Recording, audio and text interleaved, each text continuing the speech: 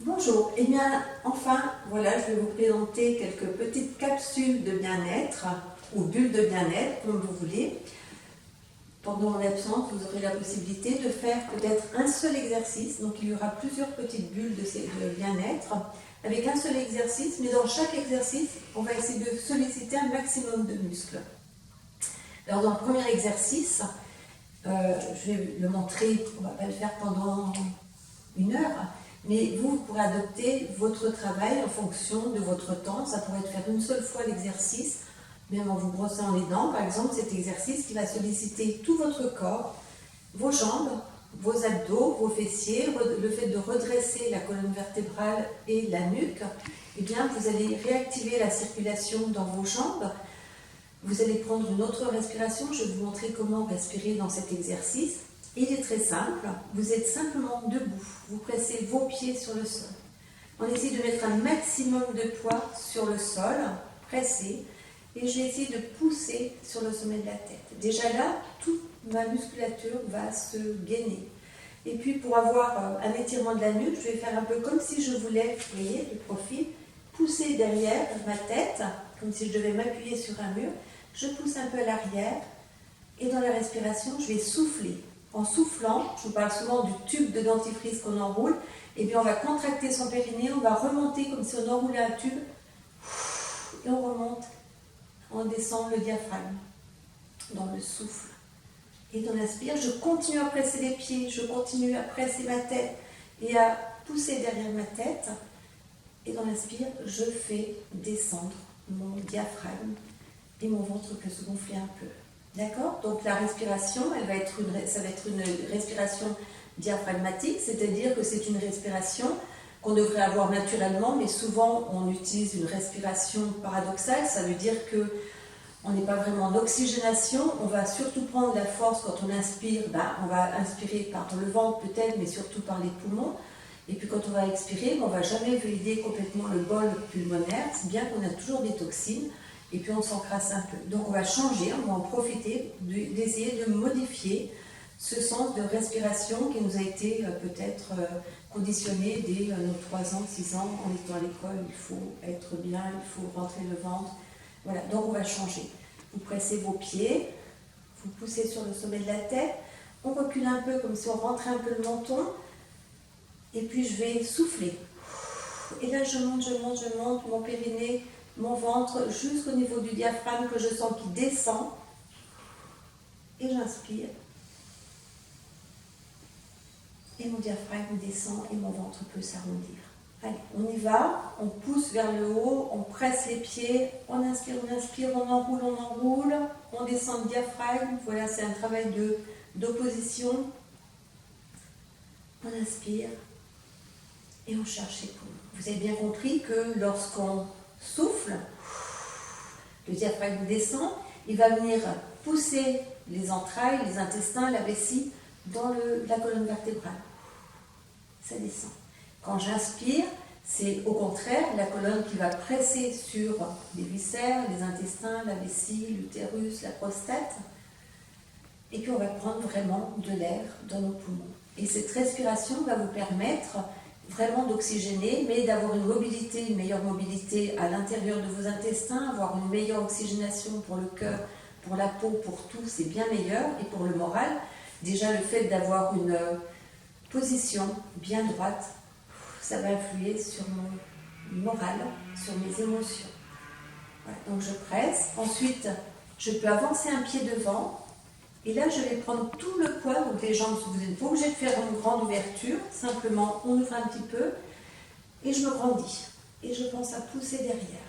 Je presse sur la jambe devant, je presse, je sens que tout travaille, et je me redresse, je relâche les épaules. Je souffle, je monte au niveau du périnée, et je descends mon diaphragme. J'inspire.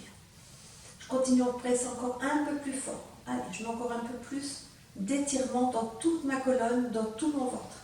Encore une fois, on souffle, le diaphragme remonte, et j'inspire, le ventre se gonfle, le diaphragme descend, Et je continue malgré tout à pousser sur le sommet de la tête, à presser tout le poids de ma jambe devant. Elle est bien tendue, bien tonique. Je pousse la jambe derrière et je refais la même chose, toujours avec la même respiration diaphragmatique. Je pousse vraiment l'arrière de ma jambe devant. Je suis en appui, mais il n'y a plus du tout de pression. Et je presse. Allez. Et je souffle, le diaphragme descend, le périnée remonte. Et j'inspire. Alors c'est l'inverse, hein. Le diaphragme, il remonte quand on souffle. Vous voyez comme quoi on est conditionné, et même en le sachant, par habitude, eh bien on va faire l'inverse. Donc je souffle, je presse bien derrière, mon diaphragme va monter en même temps, et j'inspire. Et le diaphragme descend. Allez, je presse bien sur mon pied derrière, je sens vraiment l'énergie, la circulation du sang, je me grandis. Allez, je souffle, je remonte tout, et le diaphragme aussi. Et j'inspire, et ça descend. Je continue les pressions sur le sol et sur le plafond. Je reviens. Je peux observer un instant l'impact que ça a eu, cette position dans ma jambe. Peut-être qu'elle sera plus légère, peut-être qu'il y a une meilleure circulation. Voilà, prenez le temps de changer. Il y a peut-être une différence, on a l'impression d'être un petit peu en décalage. Et bien, vous ferez la même chose de l'autre côté, donc on va le refaire pour bien s'habituer à cette respiration. On commence par presser devant. Allez, c'est la jambe gauche. Moi, j'ai choisi la jambe gauche qui va presser devant. Derrière, c'est juste en support. Je presse, je presse, je presse vers le haut. Je souffle. Et j'enroule là. Et je monte le diaphragme. Et j'inspire. J'inspire. Allez, encore. Remontez tout. Remontez, serrez, gainez, gainez au niveau du ventre. Remontez, soufflez. On inspire. On le fait encore une fois. On remonte tout. On gaine, on enroule, on pousse vers le plafond. Allez, montez, montez. Pressez bien sur le pied avant. Vous soufflez et vous changez de côté. La jambe qui était devant, enfin, vous avez pris appui devant. On prend appui sur la jambe derrière. On presse bien l'arrière de la jambe gauche. Allez, on souffle. On enroule, on gaine, on gaine, on gaine. On pense à son périnée qui remonte, au diaphragme qui remonte. On pousse sur le sommet de la tête, on pousse sur le pied derrière. Et on inspire. Allez, reprenez de l'air, faites descendre votre diaphragme. Encore une fois, on souffle. Allez, enroulez, gainez, gainez. Enroulez, enroulez, soufflez, soufflez. Inspirez.